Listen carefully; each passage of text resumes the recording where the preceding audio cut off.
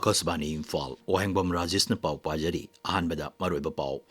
Humbudrama pansuba ningtam numiki mangoinena Manipur su ngasi Raija Thakta Har Ghar Tiranga campaign pangthokani Raija Thaki World Breastfeeding Week lisingani kunmanga ngasi Manipur da pangthokli amasung lairabegi pangkhaida leiramba leibak asigi mioi lak lising ahum kun safaba phibamda pukhalakre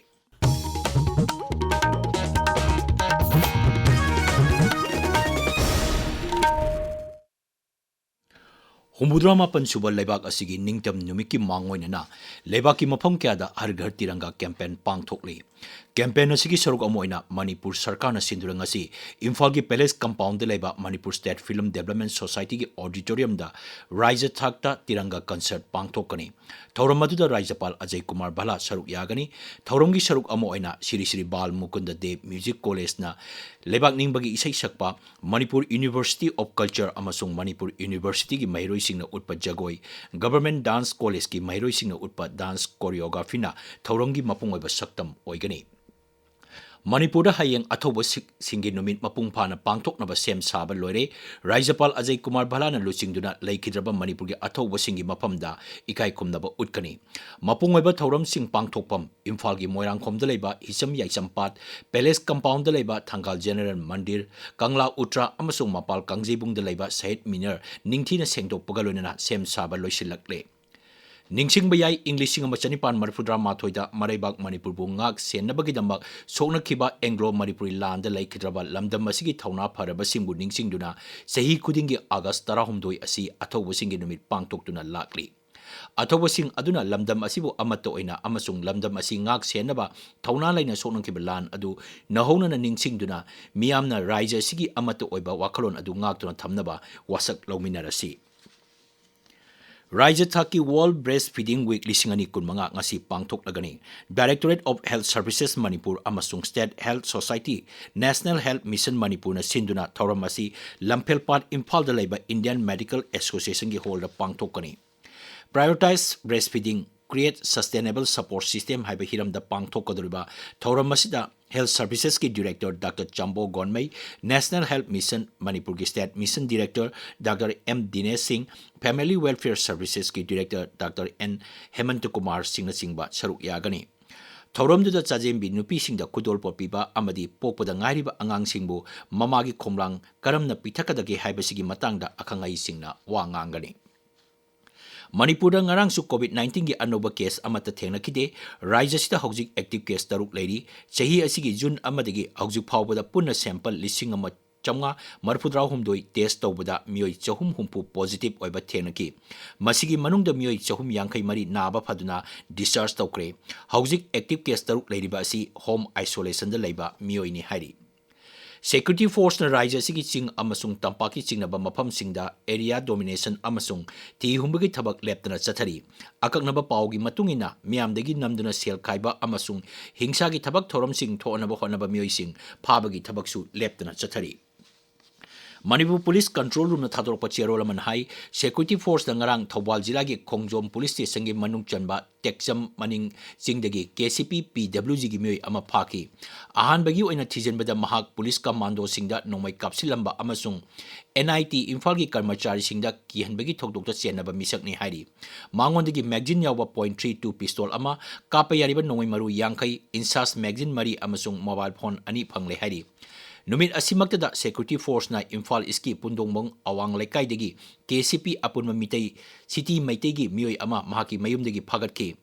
atopa thokdok amada haukiba thangjan numita Manipur Police na Imphal East Jila gi Porompa Police Station gi manung chanba khurai chaithabi leraktegi KCP noyongi mioi ama phaki mahak loop asigi jamak khabaisoi area da miyamdegi sel khaibada chenabani hari mangondegi mobile phone ani phangle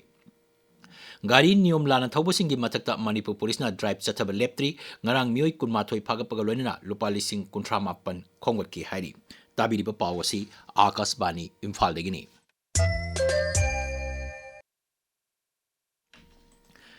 Laira bigi pangkhaida leiramba lebak asigi mioi lak lising ahum kun rom English singani taramathoi taranithoi amasung English singani kunithoi kulumdogi manungda safaba phibamda pokhalakre hari intra household allocation of resources and changes in poverty rates of female Male and Children in India haibasida research report amagi matungina laibak asigi lairabagi pangkai English singani tara mathoi tara ni thoida chada kumapan dasmik manga oirambadu English singani kunithoi kulumdoida chada marida hantaraki adumoinamak manadaba chakthungi oina yenglubada lairabagi pangkai asi English singani tara mathoi tara ni thoida chada kunthra mari dasmik taret oirambadu English singani kulumdoi kun marida chada tara dasmik manga da hantaraki Kendra ki Fisheries Animal Husbandry amasung Dairying Mantri Rajiv Ranjan Singh na hairi haukiba chahi tara asida laibak asina miramda nga thadokpagi chang singtha ningai oina hengatki Naidilida paumi singda wangang bada mantri na hai haukiba chahi tara asida nga thadokpagi chang lupa koti lising kunthra dagi saruk ani thokna lupa koti lising humpuda hengatki Mahang hai mahaki mantraloy na tarataruk suba finance commission gi sem sariba asida nga thadopagi chawna thodang lauriba raija singi exporter sing amasung mihut kangbu singna makhoi gi oiba mot sing bibirao Lok Sabha na ngarang taxation laws Bill lising ani kun mga amasung the income tax number 2 bill lising ani kun mga boys vote pass tokre birodi dols na Bihar da special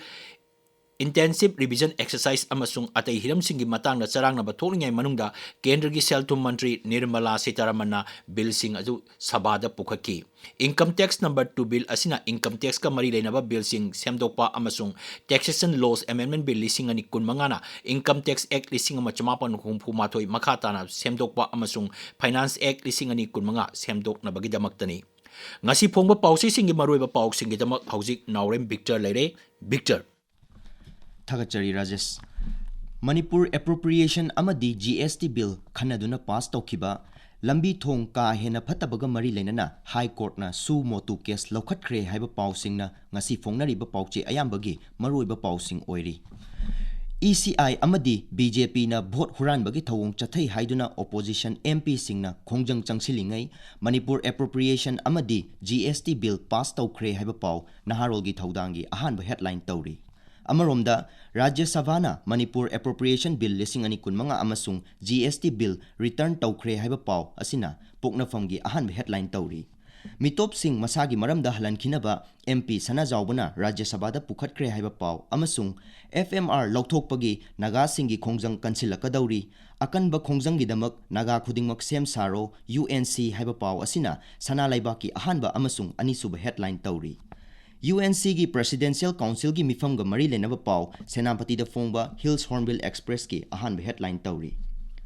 Manipur gi salak saraba lambi sing High Court na yengba ngamlaktre su motu cognizance lauraga PIL ama lokhatkre haiba paw asina huyenlan paw gi ahan headline tawri paw asimak Sangai Express English edition gina ahanba aduga sanalaibak naharol gi thodang amasung puknafam gina ani suba headline tawri ngasi nongma nini sida national highway singda maitai singna hanagum chathok sasin tawba yai haiba MLA sapam kunja kesorgi wafam sanalaiba ki ahan headline tawri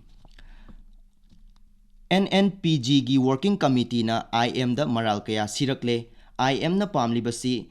Intaki Reserve Forest lauraga Nagaland Manipur amasung Assam gi corridor bu control tawbani haiba paw huyenlan paw gi ani suba headline tawri